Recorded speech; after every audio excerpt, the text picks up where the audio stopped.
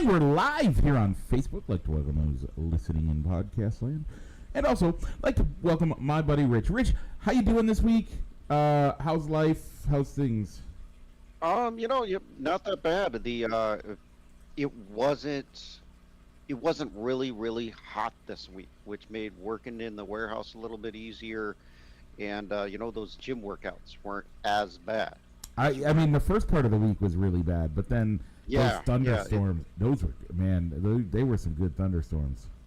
They were. So like Wednesday, Thursday, Friday, it was really nice. It was nice out. It was nice to, even at 5 a.m. going in the gym, maybe feeling like a little bit of a chilly, maybe a little bit of a chill factor at a 5 a.m. gym class because of how just being a little chilly. So not we were up here. It was chilly too. Like it was, I think it was 54 degrees, and I rode my motorcycle to work yesterday.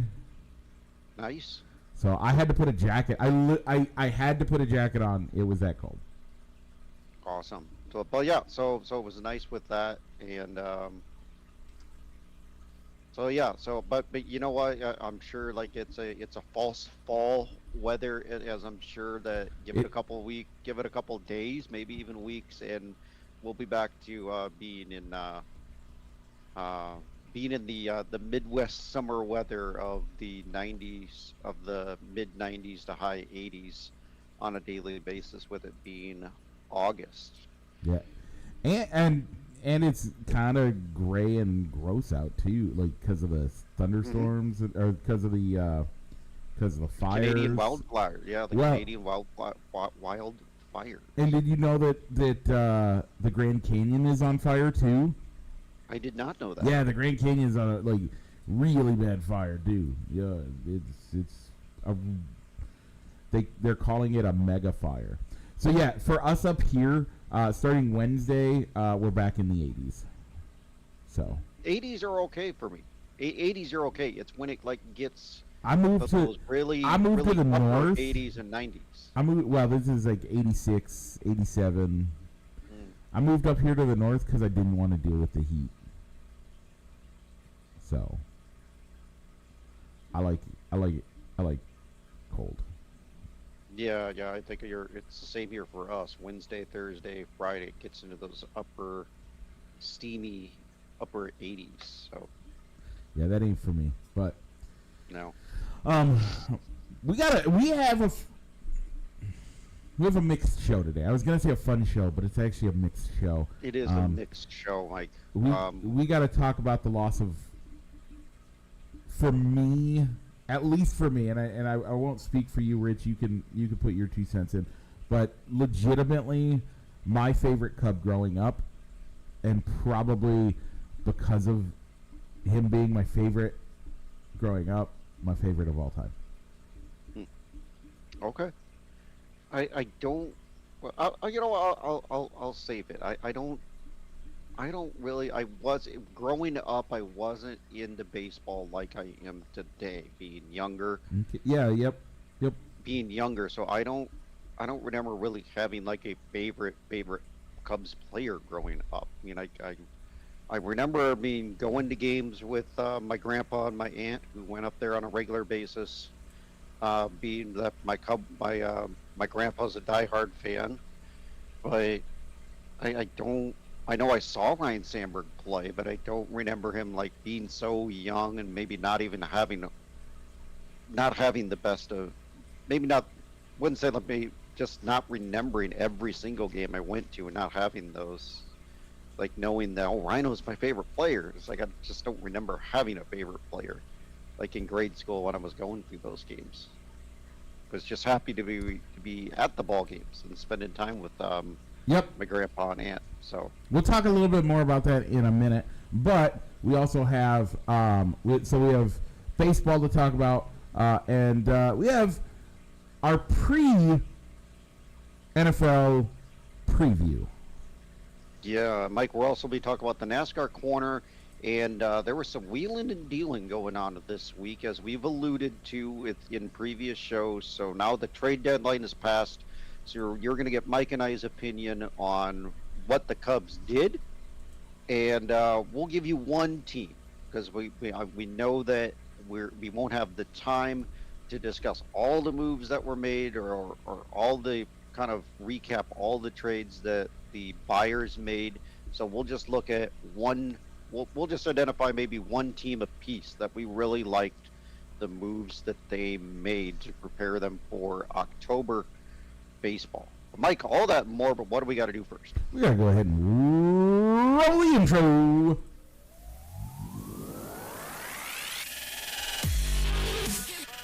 Broadcasting live from somewhere in Iowa, this is Balls and Sticks, the podcast, with your hosts, Mike and Rich. Oh, excuse me. And we're back. Yep, we are back. So, Mike, we've alluded, we kind of talked through before we roll the intro what we're going to be talking about this week. But, Mike, first, we got to do our poll question. So while you're bringing that up, Mike, I'll remind the viewers that may or may not be watching or listening to this. Last week's poll question was number 3 seeded playing or having a catch versus our number 7 seeded swimming.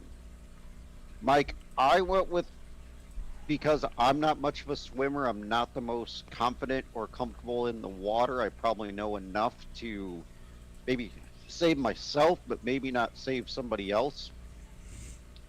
And so I went with playing or having a catch because that was one of those consistent activities that I always did with my dad growing up on our sidewalk, and even remembered going to their house maybe a couple of years back and noticing that they replaced in the uneven sidewalk, and I went to the spot where my pitcher's mound was, and it was like, my pitching rubber's gone because they finally fixed the sidewalk. That's funny. So, yeah. I can get that. I still remember, and I haven't been back to my folks' house in a while, but I still remember where there's a tree in the way of home plate now at Mom and Dad's house. Yeah. I remember playing wiffle ball in the backyard, having we had a really, really tall pine tree. Yeah. And that was the that was our green monster, to where it was we didn't play it was more like one-on-one baseball wiffle ball with Ghost friends. runners, man. Ghost runners. Yeah, so you had ghost runners. You could field the ball, and if you threw it at where the base was, because the base was like a garage, Yep. the corner of a garage. So it was like, so if you threw and you hit the base and you hit the corner of the garage before the runner got there, it was an out. Or if you hit the player with the ball, it was an out. Yeah. But with our big pine tree, if the wiffle ball got lost in the pine tree, it was a ground rule double, and we had to get another ball, or we had to get the big pole to try to shake the tree to get it out of there. Yep. Or if it trickled down and you were able to catch it, you could play it as an out. So Yeah. as an out. But our thing was playing or having a catch, not necessarily backyard baseball or wiffle balls. I picked swimming. Yep. I grew up in the water. I love the water. The water was just everywhere. When we were little, we were significantly poor, which made it hard because we a lot of times didn't have money to do a lot of things. But the pool had a subsidy for people who were poor and made it affordable for us to buy season passes. So we always went to the pool.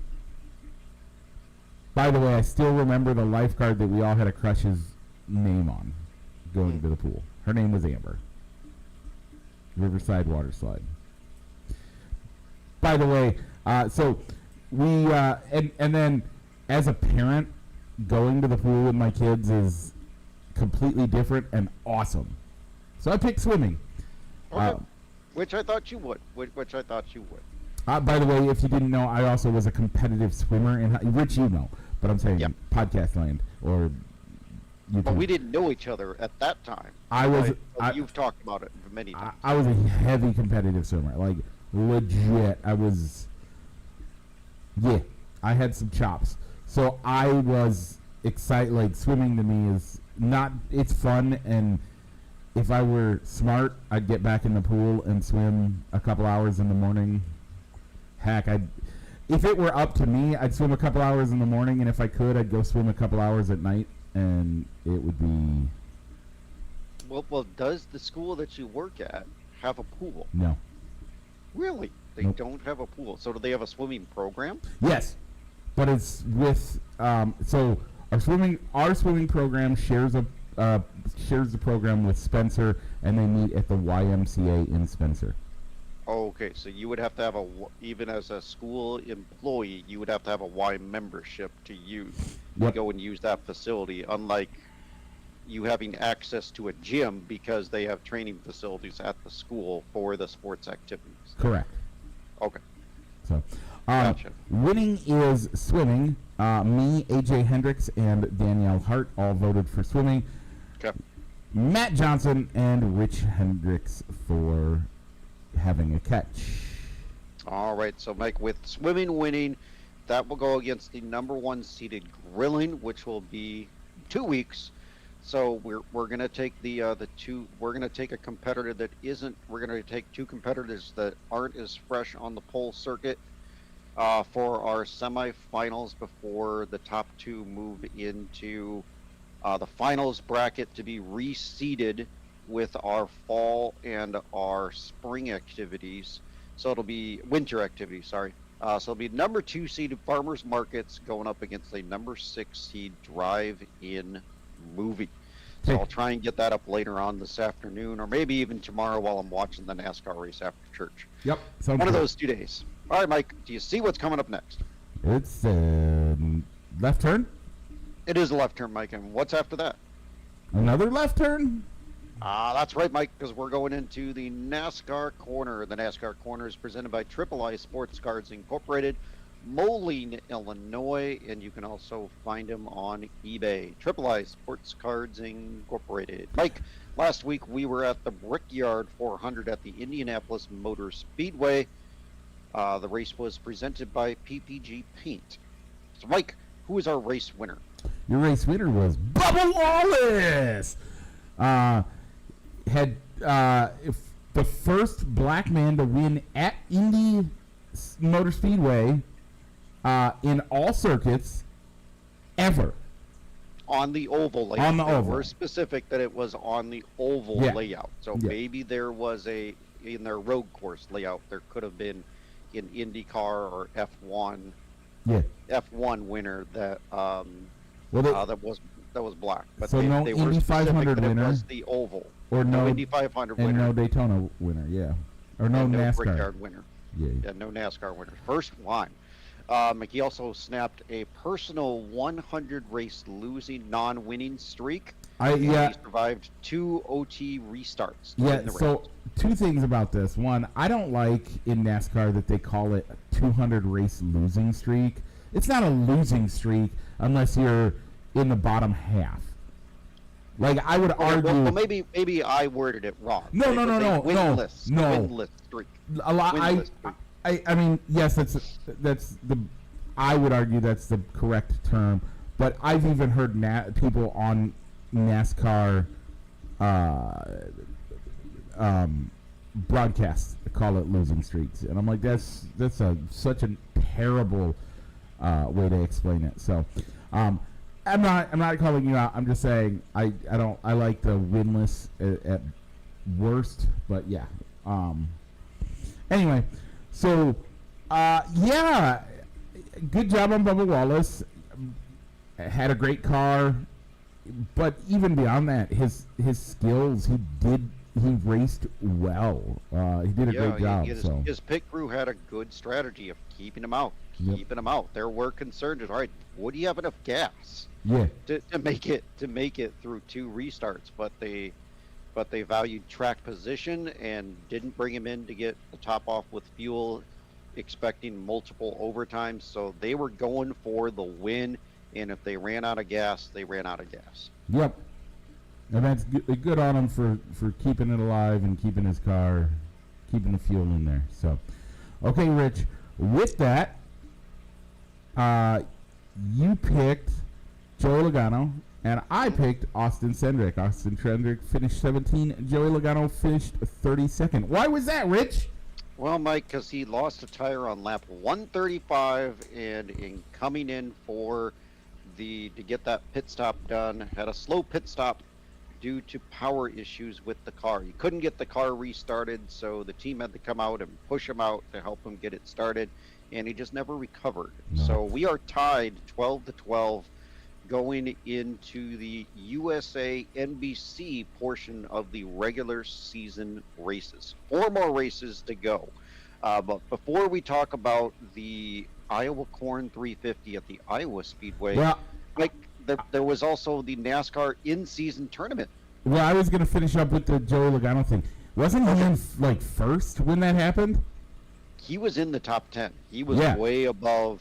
Oh, no.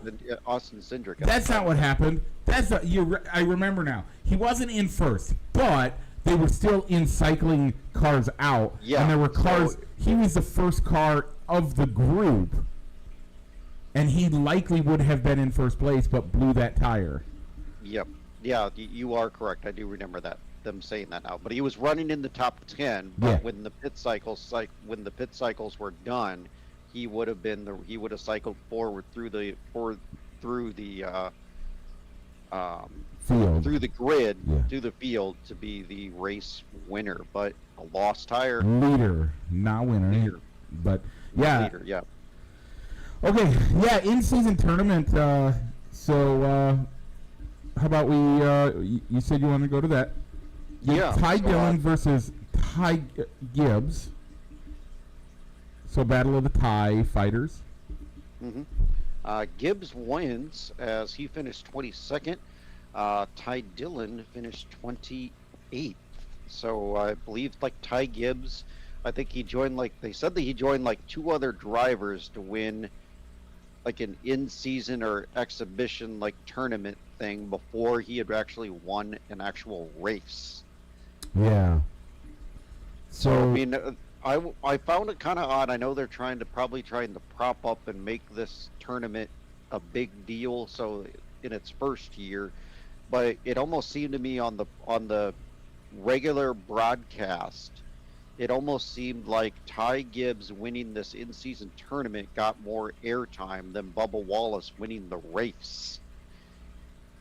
Because it seemed like they did a lot of the post-race trophy presentation and the interviews more on the post-race, which transitioned to a different channel than it did on a different channel post-race broadcast than it did during the actual main race broadcast for post-race. But yeah. I know at Indy, I think they take time. It takes a little bit more time to get to victory lane because it's on an elevated platform. But it just seemed like the interview time post-race, the Ty Gibbs winning the tournament and finishing 22nd in the process got more airtime than Bubba Wallace winning the entire race and snapping that streak did. Yeah, no, I agree. I think that was a mistake on the broadcast part. I don't know. I think they could have done things better on that, but yeah. So I don't know if they were using the same victory lane and had a different background for the in-season tournament, and they needed time to get Gibbs's car off of the platform and get Bubba's on the platform. But it just seemed odd that got more airtime on the main broadcast than Bubba Wallace winning the race did. So, Rich, speaking of the tournament, I decided to look up my bracket, right? Yeah. And looking at my bracket, I got, it looks like 5 correct in the first round. Mm-hmm. Then, every round subsequent to that, I only had 1 correct pick all the way through the end. And that was following Ty Gibbs all the way to the end. and getting him correct. Yeah, and you did get them correct, so good job with that. It's obviously something that NASCAR needs to improve by maybe having a league, letting you have a group similar to the NCAA tournament, to where you can join a group, Yep. to where group entries you can see amongst a group how you're doing compared to others, instead of it being a your group against everybody's bracket. Yeah. Because on the app, I think I set up Amy's bracket on the app. So when I click on the in-season bracket on the app, I view Amy's entry, not my entry, or it's one or the other. So I can't compare to your bracket without getting on the horn with you to see how it is, or hand jamming everything and manually comparing how everything went. Yeah. But maybe if they keep doing this, with I'm sure with a tie-in with TNT or Amazon Prime, with this being tied to their portion of the race schedule, I don't think it's going to go away as long as they have that TV deal in place with TNT Sports. So maybe they'll improve it for next year. Yeah. All right, Mike, the Iowa Corn 350 at the Iowa Speedway, 3 hours away from both of us, just in different directions. Yep. Newton, Iowa. Yep. Let's go. I love it. I hope they keep going there long enough that I can actually make a race. Yeah, me too. I've heard that it's a difficult ticket to get, with this being the only race in the state, and I don't quite know. I hear advertisements on the radio saying play Powerball and you could be entered into tickets. You could be entered into a drawing to win tickets to the NASCAR weekend at the Iowa Speedway. But I'm just not a gambler. I don't know if I want to buy Powerball tickets for a chance at getting tickets for this. And I've heard it's a difficult ticket to get. Yep. With it selling out so quickly. So with it selling out so quickly. But yeah, that would be one race that would be a track that I'd like to make it to, with it only being 3 hours away. Yeah, no, Because that's a doable drive to go up. You could still go to church, and you could turn around, go to the early service at church, and then drive up there for the race. Get up there at a decent time to walk around the hauler stores and go into the race before all the pre-race presentations, and then even with the race ending at 5-6 o'clock, you're getting home at a decent time, only being 3 hours away. So you wouldn't necessarily have to worry. If you only went to the Cup race, you wouldn't necessarily have to worry about making a weekend of it and finding hotel accommodations or doing camping, paying extra to have infield camping access, or finding a campground near the racetrack to go. So no, I love it. I'm excited for it. I'm hoping that we get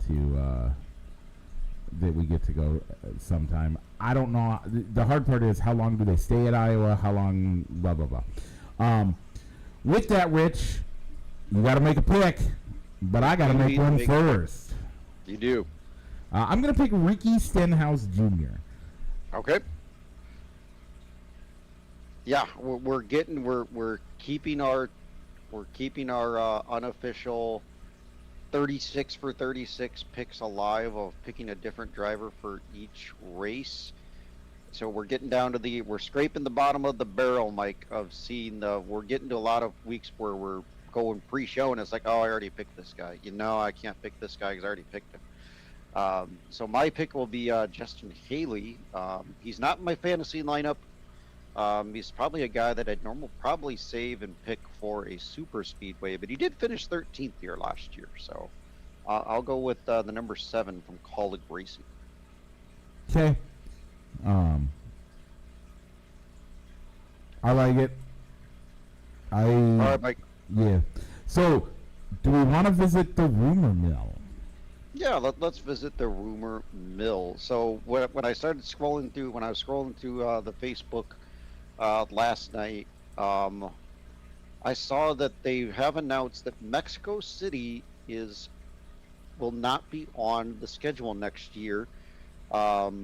articles that I found saw that it was due to scheduling conflicts. NASCAR admitted that getting everything through customs and getting people, there was some logistical challenges on getting people in and out of Mexico City between equipment and drivers. There were some challenges, so they were trying to find a new date. They couldn't agree to a date in time, so they will not be going there. So they have announced that their continued talks will be in scheduling a race for the 27 season, not the 26 season. And it's rumored that Chicagoland Speedway will get the 26, will be on the 2026 schedule, with Mexico City's date being canceled. So they haven't announced when the race will be or if it will actually be scheduled at Chicagoland, but there's a good chance, Mike.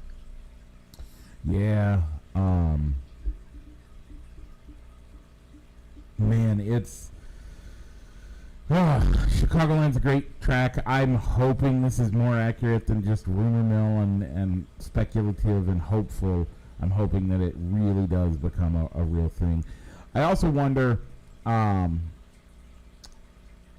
would they be able to make it a Chicagoland road course? I think, is there a road course layout at Chicagoland? I don't think there's necessarily a road course layout, but in the same way, there's not necessarily road course layouts in other places, so they make it up. I don't know if they would, Mike, I guess with NASCAR drivers saying that there's too many road courses. We're an oval circuit. We're an oval racing series. There's too many road courses. Or there's NASCAR pundits saying there's too many road courses. So I don't know if they would make a roval layout since it's replacing a road course. In theory, it'd be replacing a road course. Because in all fairness, the articles that I read since the street race is going to Naval Station Coronado out in San Diego, and the Chicago street race not being there, that it would be at the oval layout. It'd be at the Chicagoland Oval, and that's not there. So, but I mean, if they wanted to have a road course layout, they could turn Worldwide Technology Center out in St. Louis into a road course, since that used to be a road course layout, and so that actually has a road course configuration. So if they wanted to replace a road course with a road course, they could change St. Louis into one. Going by your thinking of replacing a road course with a road course. Yeah. But with that, further news to come. News to come, though. And hopes. I totally hope for it. I don't know how you feel about it, but man, that'd be awesome. Having never been to Chicagoland, only seen it in driving by on I-80 on the way up to Chicago, I don't think I have a strong opinion on, oh man, I really want to see it go back there. Yeah, because I mean, getting into NASCAR much later in life, probably at the point of when we started doing this show back in, I don't even know anymore how long we've been doing this. That's when I started getting into NASCAR, and Chicagoland Speedway wasn't even on the schedule anymore, I don't think. But I know my wife's been there before. She went to a race with her dad back when we used to work at Lujax. Okay. So it'd be neat to go to, much like, and it's closer. That is the closest NASCAR track to us, as Joliet is probably, what would you say, about 2.5 hours away from us? Yeah. With Chicago being a full 3, so anything else for the NASCAR corner, Mike, before we gotta go, before we gotta talk about some sad news in the baseball world related to the Cubs? I have other sad news that I just found out about. Okay, go ahead, sir. because you were asking when we did our first show. Okay. And I'm like, oh, well, I can look it up. I just have to go to Blog Talk Radio. Mm-hmm. Blog Talk Radio dissolved in January. Really? Yeah. Huh. So our first shows, in fact, our one and only caller that we had randomly show up. Do you remember that? Yeah. We had I a do random remember guy that call in and odd caller when we were recording at Passion Church. yeah, it was totally weird. But you can't look at our old episodes there. Yeah, but let's see. I moved back from Oregon in 17, December of 17. So maybe 2018 is what I think. Maybe we started doing that. We started it in like February of 2018. Yeah, that's right. Because Talladega, I think, was our first race. 'Cause No, we it was started late. Daytona. No, it was Talladega. Was it? I believe it was Talladega, and then it was just you making a prediction on it. Because it was one of those. No, we need to include NASCAR. Of course, we include NASCAR, and I was like, oh, fine, we can do it, I guess. And then I've converted you. you. Got me into it. Then you converted me, and I started watching every week because at least I had two people to watch. Yeah. The driver you picked and the driver that I picked. And now you have a driver that you like. I do. I have a driver that I like, and I play fantasy NASCAR, and I play fantasy NASCAR, and now I watch 6 cars. Now I watch up to 7 cars. Yeah. Every week, especially if the driver you pick is not in my fantasy lineup. So. And you don't pay attention to him, but you can always cheer against Denny Hamlin just because it's my driver. And either way,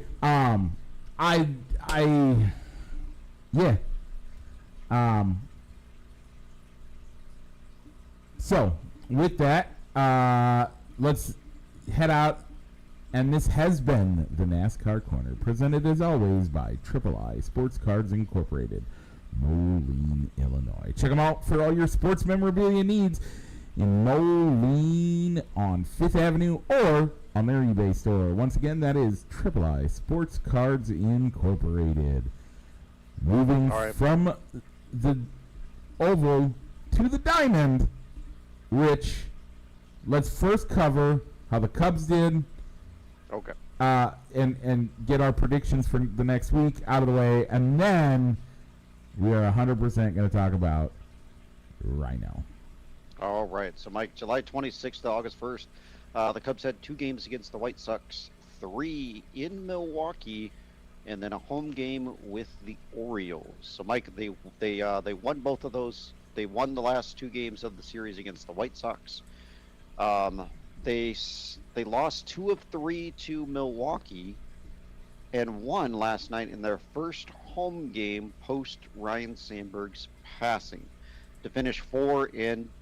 Because I don't think we'll have time, just in case we don't have time for a standings check, the Cubbies overall are 64-45, making them 1 game back in the division against those Brewers.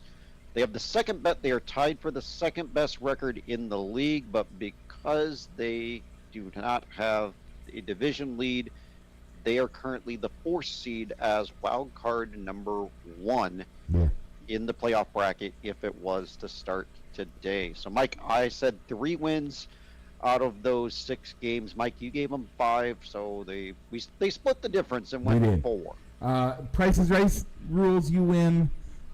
In estimation, closest without going over. Yeah. Okay, Rich. Yeah. This week they have 2 against the Orioles, 3 against the Reds, and 1 against St. Louis. How do you think they're going to do? I'm going to go 4. I mean, the Orioles are a shell of themselves as they were big sellers this week. St. Louis also has just been.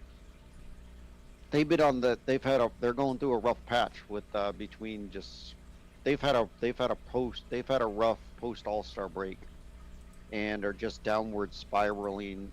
I mean, the Cubs have had a rough All-Star break. They've had a rough patch too. Yeah. So I'm gonna go 4 wins. Let's say I'm gonna go with a sweep of the Orioles, and they'll get their other 2 wins by splitting with those games with the Reds and the Cardinals. Hey, it's time to make sure I'm definitely awake for today. Yeah, I agree. I think the Cubs. I'm trying to think. Yeah, I'm gonna go with 4. The Reds are the scary part of this one for me, as the Reds are. They're still a good team, but They're having a decent year. They're just playing in the wrong division. yeah. I think they're maybe in a position to get a wild card, or at least they're in the conference. They're within they're within a stone's throw of being in a wild card. A game back in the wild card race behind the Padres. Oh no, my standings show that they are 3.5 back of a wild card space, but 58 and 53. That's not bad. Yeah, an above 500 record. Yeah, a 520 record is a decent record, but if they played in the American League, they'd be even closer to a wild card game. So, okay, Rich. With all of that, let's move into the sad news of the week. Ryan Sandberg passed away this week. I think I got to see him play once live, like in Wrigley. And it was on the back end of his career, so you know. But I do remember,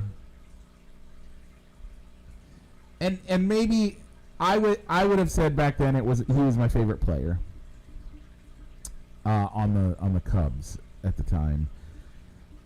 And again, I didn't follow him super closely like kids do, but I knew the name as a kid, and that made him like I knew him and Mark Pryor, and those might have been the only 2 names that I knew. And those 2 position players never played on the same team. Right. Oddly enough. Right. But those were the only 2 that I knew the name of. Well, you probably knew Sammy Sosa. He came on later though. No, yeah, you did. But growing up, elementary school and everything, you probably would have known Sammy Sosa. Yeah. But this was pre performance enhancing drug Sammy Sosa. So. Well, oh man, he did come. Okay, so I guess I did know Sammy Sosa too. But yeah, like I said earlier, I mean, I was going to Cubs games, but I was younger, so it was more about so I don't have to go to school, and Grandpa and Kathy, or Grandpa and my aunt are gonna take me up to the Cubs game. Sure, yeah, awesome. I'm not gonna be at school tomorrow. I'm getting the skip school to go up with Grandpa and my aunt to go see a Cubs game. Yeah. So, but I mean, I remember going to that first game. It was a Cubs Phillies game, and for whatever reason, I thought we were playing the Pirates. I thought we were playing the Pirates, but we were playing the Phillies. And post game, we went to the players' parking lot, and I brought a ball from one of my dad's club games that I had, and I know Grandpa threw it over the fence, and some player signed it, and it came back over across the fence. And I think it's highly debatable where they told me, yeah, it's Mark Grace, but it would also turn back, no, it was Ryan Sandberg signed that for you. Don't you remember that? It was so I don't even know if I still have that ball, but some player signed it. Yeah. But it was a really illegible signature. So heck, it could have been a parking lot attendant that signed it and threw it back. And being a good grandpa, I was told that it was Mark Grace or it's Ryan Sandberg another day when they come to look at it. To look at it. So great things about Ryan Sandberg. 10 years and 10 times straight on the All-Star team. From 84 to 93, he made every All-Star game. 1984, he was the MVP of the National League. 9 Gold Gloves, 7 Silver Slugger awards, 1 National League home run leader, and like just an all-around great player. Yeah, and the thing that got me is I was watching many of the tribute videos. I didn't get a chance to listen to the game live because I was working, but in hearing some of the tribute players, did you know that he was a player to be named later in the trade that it brought him to the Cubs From the Phillies. From the Phillies with Larry Boa. He was a player to be named later, so he was a random guy that got thrown into the trade at a later date. Yeah.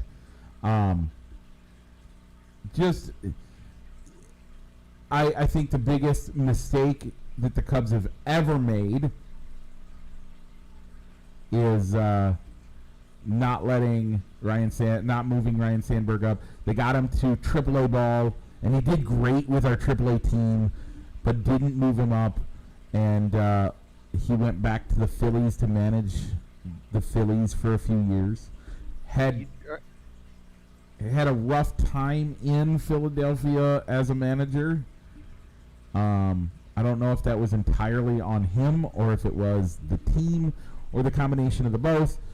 I'm glad you brought that up, Mike, because as I was driving home from work yesterday, I remember them talking on the score about that, and I think they were talking post game with Counsell. I don't remember what former Cub was talking about it, but I think they had talking about like Ryan Sandberg was talking with Counsell on it. It was like, oh, you do not want to take managerial advice from this man. You know his record, right? But maybe like you were saying, like it wasn't his. Maybe it was the team around him and not necessarily his managerial skills. But I'm glad you brought up the manager part. Did you ever make it to a Bandits game when he was the Peoria Chiefs manager? I didn't. I did. I remember wanting to get seats on the visitor side of the batting circle so you could really be close to Rhino. Not necessarily bother him like tossing a ball or getting an autograph from him or talking with him, but to hear what he had to say about the game, how he was encouraging his players, coaching up in what the time was low A ball. Yeah. As the manager of the Peoria Chiefs. Yeah. And worked his way up. Like he didn't want it handed to him on a silver platter. He wasn't asking for that. What he was asking for was at least an opportunity. And but here's the thing, Mike. When he was interviewing for the Cubs job to come up as the AAA manager to be the Cubs were terrible. Yeah. During that time. So would you have wanted to have been the front office that had to fire a franchise icon as the manager and then have a player be bitter about it and say, nope, I'm not coming back here for many years. You didn't give me the team that I needed, or you didn't give me the time that I thought I needed to take this team to go. So I'm kind of glad that they didn't hire him as the manager, because then you're either in a position of, well, you fired the franchise icon and then there's some bad blood between the organization and a iconic player, or he's forced to make the decision of, instead of firing you, can you step down, saying that, I'm not the man for the job and I'm going to step down because I'm not able to take this team to the next level. That's a decent argument, and I'm not gonna say I think you're right on that argument, but the flip side of that is now you're forever labeled as the guy who didn't give arguably. That person wasn't Theo Epstein. I think that was before the Theo Epstein regime that made the decision. We're going to go with Mike Quaddy. Or I don't remember who he lost out on, but I think it might have been Mike Quaddy, the interim manager. Yeah. I know it wasn't Rick Renteria. It might have been Mike Quaddy or the guy before Mike Quaddy. And it also helps set the Cubs up for getting Joe. 3 managers later, but yeah. Like 2 or 3 managers later, getting Joe Madden, yeah. Here's the problem I have, though, and might be me. Okay. When you look at the history of how it went, and how things went down,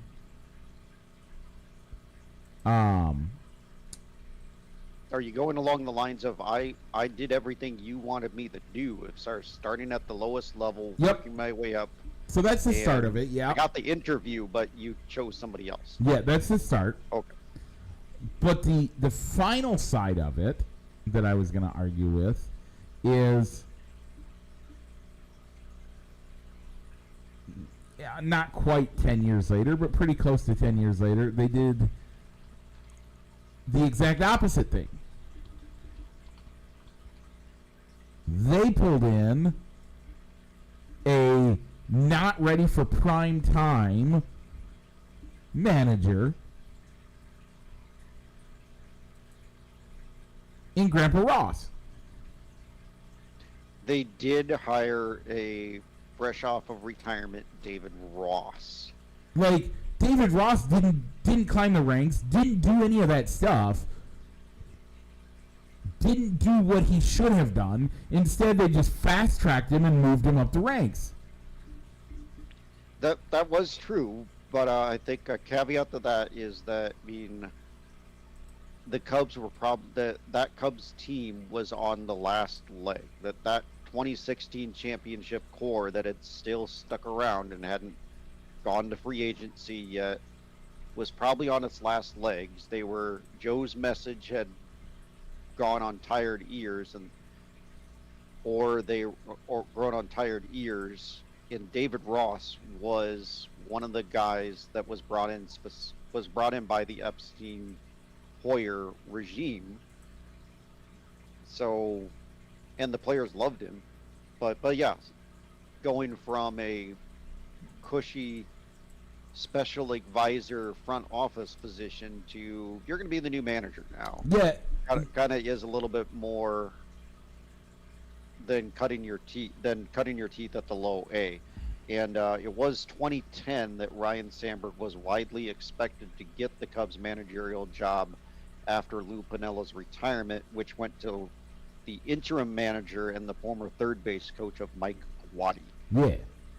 So the Cubs weren't really good in 10 and 11. So They weren't. But here's the deal. You gave the guy a chance. You gave the guy a chance. And I think that would have spoken way more for the Cubs than anything. It's hard for me to look at it and be like, oh, blah, blah, blah. So I think that was the biggest mistake in management picking that we've seen. And again, I don't know that it changes anything about those teams. In fact, I'm sure it doesn't. Their play was not great. But it at least would have given tons of goodwill towards the Cubs, or towards Ryan Sandberg, look at what happened when we brought Ryan Sandberg back in the fold, and he became the Cubs ambassador. yeah, okay, How good did that look for the team? it did look good. And how much did that help the team? Even though they were in down times, they had hit their peak and were on a fairly big downward slope. And yet, bringing Ryan Sandberg in as the Cubs ambassador made a huge difference. And I think if they would have done, it would have been a very similar thing. So, Rich, I don't know. I think it would have been tough to have a. I still stand by my thing of it would have been tough to be the guy that took the lumps yeah, for all those losses and being like, well, you remember the main basis of a league of their own. Jimmy Dugan was hired. You know what? Hey, go out there, wave to the fans, go back in the dugout. yep. I think he would have been that type of manager of, I'm here, come see me as the manager, and might have been taking a lot of losses. But the problem, And then maybe the fan base blames it on, why didn't we hire this guy, or when somebody else came upon. It was time for Quaddy to go. Then it was Rick Renteria, and then Joe Madden became available. The problem, Sandberg had survived, I think, until 15 when Joe Madden randomly became available because of a clause in his contract. I think yes. I'm going to argue. I will make the argument for yes. That he likely would have had the ability to do that, and he hear me out. Okay. A, the goodwill. B, we knew it was a bad team. Like, Quaddy got run out of town because we thought A, Renteria was a better and more qualified guy for the job. Well, it was a new regime too. And a new regime. But I also think Theo would not have fired the face of the franchise, essentially. And brought him up for a token front office job. At worst. Okay. So yeah, I think it would have been a better thing. We have a couple quick. We have one quick hit for that, and then we're at 51 minutes right now, Rich. So I'll let you decide if you want to do. We got to do the trade deadline. I'm super happy with what the Cubs did this week. We got some good arms to put in rotation and in the bullpen. And then we got. I know it's not who you were hoping for our position player. However, we got a positionless position player, meaning we got a utility guy. Yeah, I do like the Willie Castro acquisition because you know what, the guy's on a former All-Star. He plays the same positions plus some. Plays the same positions that we had Vidal Bujan on the roster for. Yep. Being able to cover the 3 infield positions and maybe the corner outfielders. So I like that as an upgrade. Like I told you via text when we were talking on the deadline, I just would have liked to have seen a more of a frontline right-handed starting pitcher, as I think Soroka maybe profiles as a spot starter or a guy that you can put in the bullpen for long relief, or a guy that can maybe come in the sixth or seventh inning to get a couple of guys out to bridge the gap. Yep. But you know what? I mean, I was really hoping for Eugenio Suarez. But at the time, you know what? Matt Shaw's been hitting since the All-Star break. So they must. So you know what? I'll trust that Matt Shaw is going to be good enough. But now we have Willie Castro that can slot in there if he starts to cool off, or you start more of a platoon, and that's how you get Castro's back into the lineup, is at third base. So you can keep Shaw fresh and maybe not getting exposed. Yeah. With any adjustments that he's made. But I did, you know what? I'm not. Kittredge pitched pretty good yesterday in relief, and he's I believe he was a co-closer in Baltimore. Yep. And Tyler Rogers is not a terrible pitcher. He is a good left-hander in the bullpen. So yeah, I don't mind the moves. I just would have liked to have seen a frontline starter. Yeah. How about Kittredge showing up in Chicago on the Orioles and getting checked into his hotel, and then getting a call saying, "Hey, you need to move. You're not allowed in this hotel anymore. You got to go." And he's like, "Well, where am I supposed to go?" You're just going across town. You're actually a Cub now. You're going to be going to the other clubhouse tomorrow morning. Yeah. Tomorrow afternoon instead of the Orioles. So, but yeah, that I hadn't thought about that. But you know, I mean, even they talked about it in the broadcast. Oh, they did. Okay. Yeah. But the other thing I told you, Mike, is that maybe sometimes it's the moves that you don't make that you can also count as a win. As we still have Owen Casey, who may need to slot in as our starting right fielder next year if Kyle Tucker isn't traded. You still got Moises Ballesteros, a guy that's on the major league roster right now, but probably isn't a catcher, but he's not a first baseman either due to his size. So you don't necessarily have a position for him other than DH.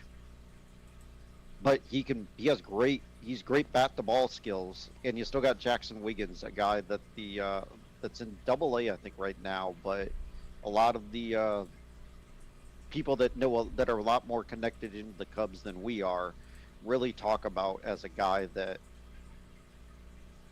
could be a future rotation piece for the Cubs. So maybe the trades that they were proposing for Alcantara or for Sandy Alcantara or Zach Gallen or Merrill Kelly, the big starting pitchers that were on the trade block, they were asking for those types of players, and the Cubs just had to say no because they were hanging on to them. So, and you were saying this team reminds you a lot of maybe the 14 or 15 team that was still kind of putting the right pieces together. Yeah. And we supplemented that team through free agency the next year. Yeah. So maybe this Cubs team is more profiled to me than the 16 team. So maybe we make a surprise run to the championship series and fall flat on our face in that series. But the next year is when we take the big leap with the World Series. So we'll see what happens. I'm glad that we still got those players, and maybe if we re-sign Tucker, then those same players that we held on to this year can be used for trades at the winter meetings to supplement this, to take this team to the next level. Yeah, I think they've done a lot of good moves. I think they've set themselves up for a nice run this year. I think they have stuff that should be able to work well. I just and I'm happy for them. I think they're doing great. I think they made moves. And the other thing is, like, and this is something that I have read and heard about. A lot of the pitching that the Cubs were going after, there wasn't the starting pitching was not available. Yeah, and I'll give you that too, because I think Alcantara was from the Marlins, was one of those pitchers of, they're going to trade for him. You know what? The Marlins got hot. To where they were maybe in the wild card picture, so to be a goodwill to their fan base, they couldn't turn around and do what the Twins did and just sell everybody off. Yeah, and in general, if you don't have people to dance with, you can't get on the floor, right? Yeah. And if there's nobody that has a starting pitcher for you to grab, you're not going to get there. So, yeah, and like you said, the trades you don't make are as important as the trades you do make, and we kept a lot of the guys that you were afraid were going to be the trade fodder that was going to cost us a future. And I think they kept a lot of those guys. So I'm actually very happy with what the Cubs did. We did get a big announcement this week, as it was the worst kept secret in baseball, but it has now been made official. 2027, the Cubs will host at Wrigley Field the All-Star Game. Rich, are you going to go up and stand out in the back to catch home run derby balls? Probably not, but it's going to be tough, but especially if it's on a Tuesday night. But this would be one All-Star game that I would want to watch. Yeah. Sure, the home run derby, but definitely the All-Star game to see what maybe former Cubs come out of the woodwork to be a part of that celebration of By the way, the All-Star game. 33 years since the Cubs have hosted an All-Star game. Yep. And by then it's going to be, what, 35? 35 years since it's been in It's a long Chicago. time, but there have been a lot of new stadiums that have been built around the league and new teams since the Cubs hosted it in 93, I think it was. Yeah, something like that. 93 or something like that. So a lot of new teams have come into the league since the last time they hosted, and a lot of new stadiums got built. And I would also argue baseball uses the All-Star games, uses the All-Star game as kind of like the carrot to dangle in front of cities if they build a new stadium. Well, and to reward them for doing that. The Cubs,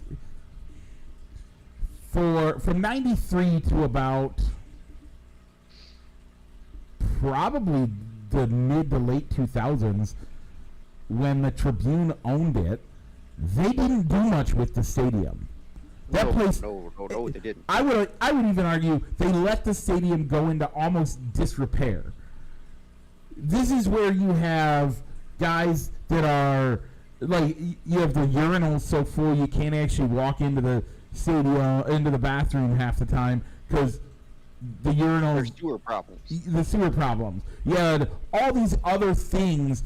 You can't have that when you're showing, like, as Cubs They were fans. doing temporary fixes by putting nets up underneath the grandstands because of falling concrete Right. over deck. Right. You can't do that as a you can't host a all-star game if that's what your stadium's doing. The Ricketts came in and said, we bought this team. We don't want to move it. This is home for the Chicago Cubs. Wrigley Field is where the Cubs need to be. We're just going to make Wrigley Field up to snuff for what the Cubs deserve. And they have done an amazing job. Yep, and they've developed the area around the ballpark. Yeah, it's taken away some of the feelings of neighborhood bars and independent merchandise stores or merchandise or memorabilia stores, the mom and pop stores. Now you probably see more Cubs owned and official MLB shops instead of the mom and pop stores, but which are still there, the local businesses. Now, the other Less thing, local businesses around the ballpark now, as opposed to more Cubs owned and chain restaurants popping up now. yeah, but you can still get a burrito. You can still go to El Burro and get a burrito from a local restaurant. Yeah. Yeah, I'm So excited for it. It'll be fun to watch. Rich, What? I got an idea. Let's move the Chicago date to the weekend before the All-Star game. And we just go to Chicago for like 4 or 5 days. We get the All-Star game, we get the Chicagoland Speedway, and we get to have fun in Chicago for a week.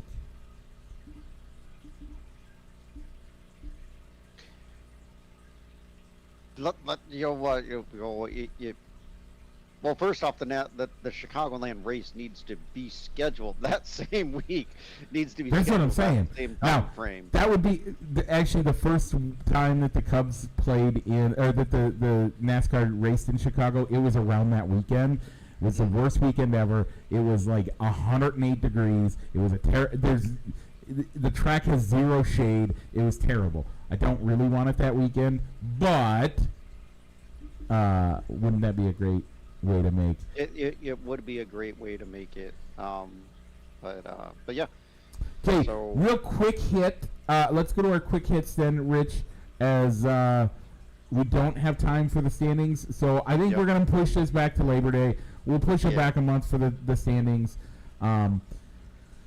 So with that, let's go to our quick hits. Rich, have you seen them?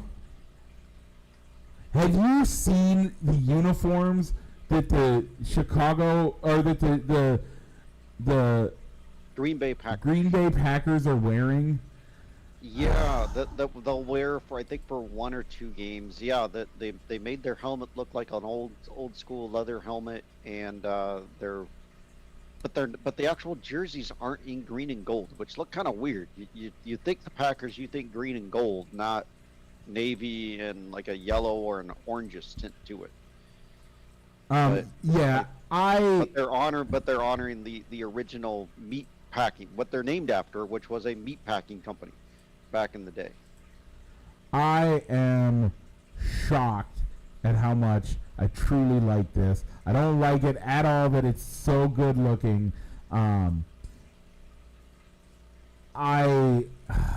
Rich, I really wish I didn't like it this much.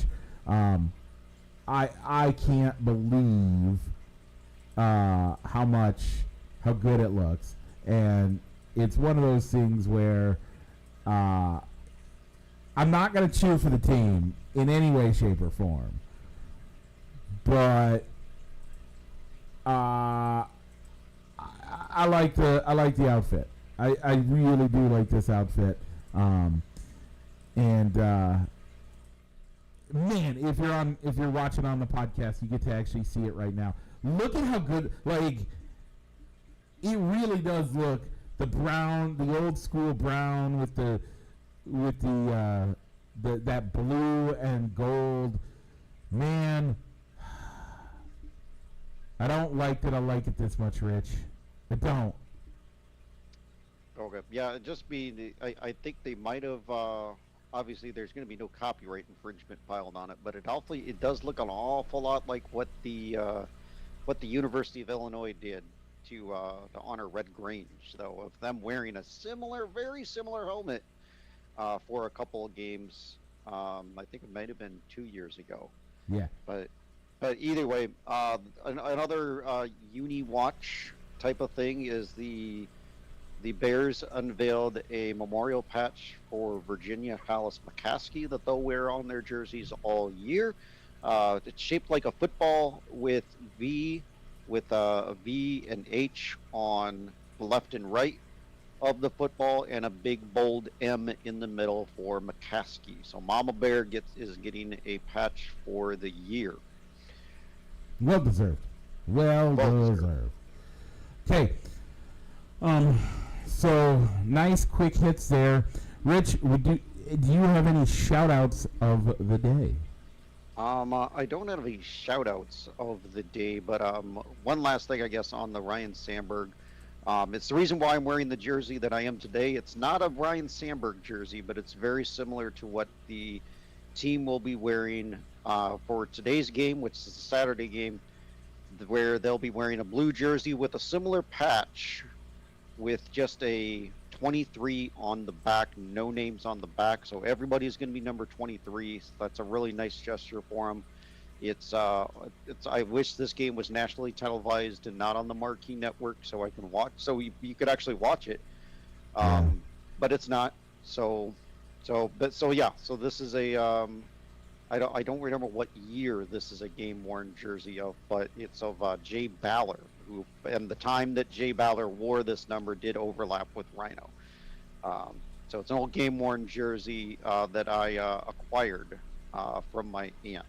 So back when game worn jerseys were a little bit more affordable. Yeah. When you went to the Cubs convention. Yeah.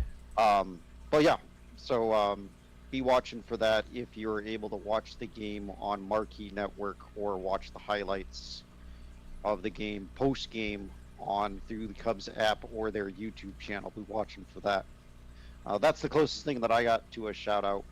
Okay. So that'll be fun to see the highlights of. Mike, do you have anything, sir? I have a few, actually. First, This last week was Life Day. Life Day is the day we celebrate that Joe Perry is still alive. Man, that guy has meant a ton to me, and you too, Rich. He's a great guy. Caught 2 in Afghanistan and survived. And man, that man has meant more to me, and we're just happy that and thank God that he had a bigger plan than what 2 bullets could mean for so many others.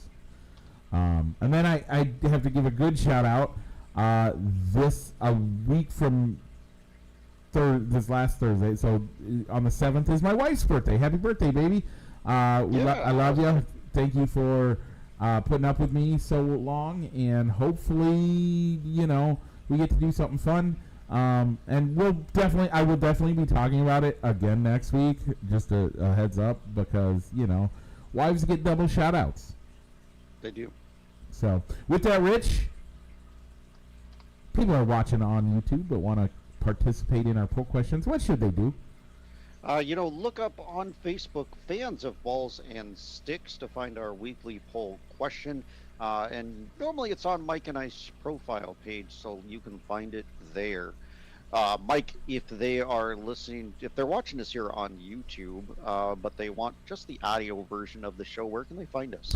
You can check us out at facebook.com/Podcastland. wherever Yes, you find definitely. your podcasts. Yeah, anywhere you find your podcast, that's where we'll be. Yeah, and if you're listening in podcast land and you want to interact with the show and see our pretty faces and what our studios look like, look us up on YouTube at Balls and Sticks. Wherever you're listening to us, make sure to like, comment, and subscribe so that you can be notified when new episodes are published. So, Rich, with that, go ahead and tell me what to do. Mike, why don't you go ahead and roll that outro?